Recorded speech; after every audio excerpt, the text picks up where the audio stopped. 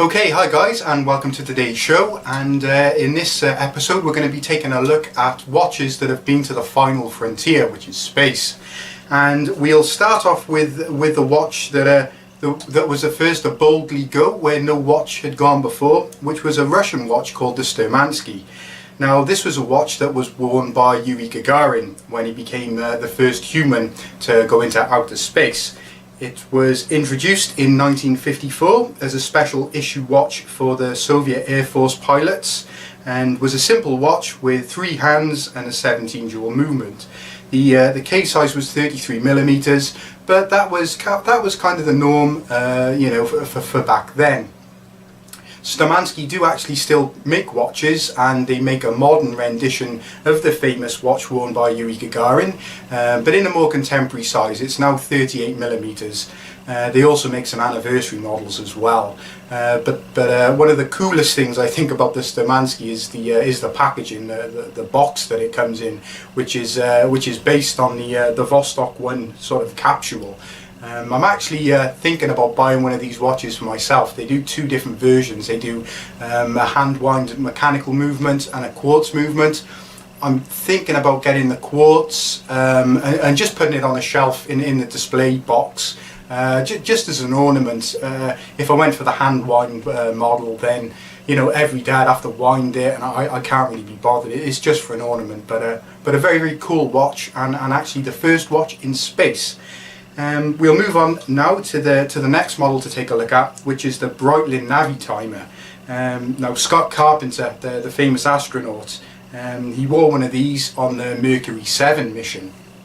Breitling actually made quite a big thing of the space connection in their advertising, and have made a reproduction of the watch called the Navitimer Cosmonaut. They failed to mention, though, is the fact that the original was a non-waterproof watch, and it was severely damaged by submersion in seawater when Scott Carpenter was being recovered from his spacecraft.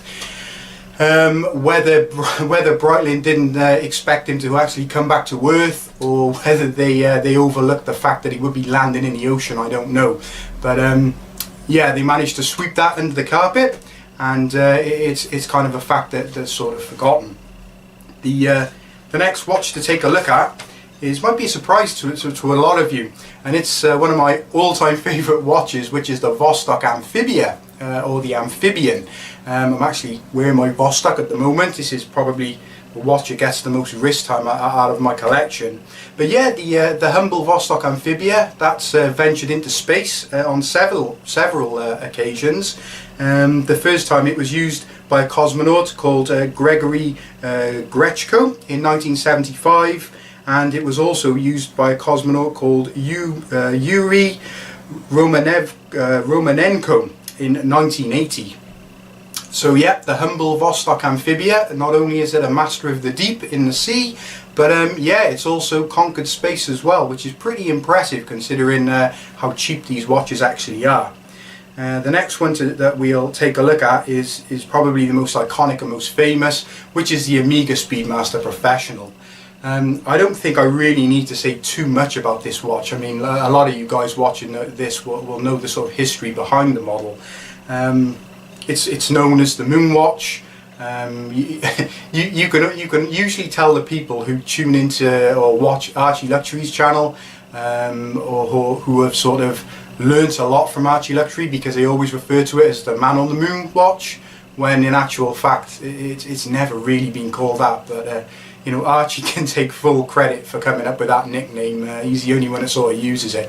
But you can spot his viewers a mile off because they call it the Man on the Moon, but I just prefer to call it the Moon Watch, or really just the Speedmaster Professional.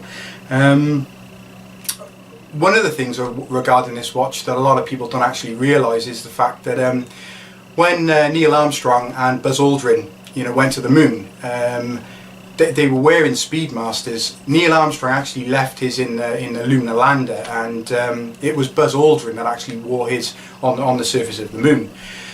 But the watch was actually a caliber 321 movement variation, and it's quite ironic, really, that the models that have a watch worn on the moon on the case back there's no actual evidence. There's not one scrap or shred of evidence from either NASA or Omega that any 861 movement Omega Speedmaster was actually worn on the moon. But hey, you know, that's advertising and marketing. But yeah, that's just the way it goes. For me, the Moon Association doesn't really mean a lot. The fact that it was, you know, sort of the watch that NASA chose, as you know, qualified for space flight, it is a true space watch, so that has more meaning for me. And you know, I'm not obsessed with the watch purely because of sort of the moon landing association. And like I said, I mean, there's no evidence to suggest that an 861 was ever used on the moon. It would have been a 321 caliber movement, and certainly you know, the later models, the 1861, you know, they've certainly never been to the moon. But yeah, we'll carry on, and the next watch to look at is the Rolex GMT. Now, even though the Rolex was never a sort of official watch used by NASA, more and more information is coming to light that it was actually sort of the unofficial space watch of NASA, and it was actually favoured or the personal choice of many astronauts. And an interesting story about the GMT is its use during the ill-fated Apollo 13 mission. Again, most of you will be familiar with that. You know, they made it into a film and what have you. But it was actually worn. The GMT was actually worn by an astronaut called Jack Swigert, and he actually has said that the GMT was actually the watch that helped the Apollo 13 crew back to Earth safely. I'll put on screen a picture, and this is from the Rolex headquarters in Geneva. And in the upper right it reads, "This watch was flown to the moon on Apollo 13, April 11 to 17th, 1970. Jack Swigert gave this watch to the Rolex director, and it reads, to my longtime friend René Jeanneret, who enabled me to always be on time. With sincere thanks, Jack Swigert." So as you can see, the Rolex GMT was actually used by astronauts. It was actually, you know, a lot of them actually preferred it to the Speedmaster that they were being issued with. I mean, Omega were issued the sort of the Snoopy Award because of the, you know, it is sort of a legend that it was the watch that saved the day. But again, information is coming to light now that it was actually a Rolex GMT that did actually save the day with the Apollo 13 mission. So again, moving on, which brings us on to the watch brand Waltham. Now, this is a watch that dispels the myth completely that the Omega was the only watch worn on the moon. Now, Omega have had this on the case backs of some of their models. They've also used it heavily in advertising. But a Waltham was actually worn on the moon as well. So it's not actually true that the Omega was the only one. An astronaut called David Scott from the Apollo 15 mission has stated that in the cabin after EVA-2, he noticed that the crystal of his Omega had popped off sometime during the EVA. Therefore, on EVA-3, he used his backup watch, which was a Waltham of a similar type to the Speedmaster.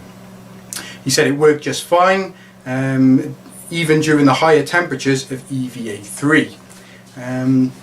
But nobody knows actually for sure which model Waltham he was actually wearing. But what we can do is we can look at the watches that were available during that sort of time frame that he could have actually bought. And on the screen now I'll put a picture of two of the strongest candidates. It's highly likely that either one of these watches, or one or the other, was actually the watch that was worn by David Scott on the surface of the moon. And now we'll move on to the final watch that I want to talk about, which is the Fortis Cosmonaut Chronograph. Now, Fortis is a brand that I actually like quite a lot. I've got quite a lot of respect for Fortis. They were founded in 1912 in Switzerland, and they're one of the very few watch companies that are still 100% independent. They haven't been swallowed up by the Swatch Group or any of these large sort of conglomerate companies. They're still independent, and I mean, they've come out with some really great innovations and a forwarded horology. one of the greatest things I suppose that they did was make the world's first automatic wristwatch. A lot of people think it was Rolex that made the world's first automatic wristwatch, and I think Rolex would like everybody to think that as well.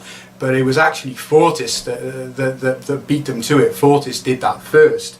They also make another watch that's called the Daybreaker, which is one of the most complicated watches in the world. If you haven't seen it, Google Fortis Daybreaker. It's a very, very complicated watch, and just shows what they can achieve when they sort of put their minds and hearts to it. But going back to the sort of space watch, the cosmonaut chronograph, this was introduced in 1994. And Fortis became the official supplier of watches to the Russian Space Agency, and still to this day, some 20 odd years later, they still are. But not only Russian cosmonauts use these watches, but they've also been bought by by American astronauts and used by them. So it's not just a purely Russian watch. It is highly respected among American astronauts, and also astronauts from other countries as well. The watch has put in over 100,000 Earth orbits, and no other watch has spent more time in space than a Fortis. And I think it also holds the record for being worn on the longest spacewalk ever. And one of the things that I think is really cool about the Fortis is, as you guys are watching this video now, there are actually people in space on the International Space Station wearing these watches. And for all we know, there could be somebody doing a spacewalk at the moment, maybe repairing the space station with one of those on their wrist. So for me, that makes it a really, really cool watch.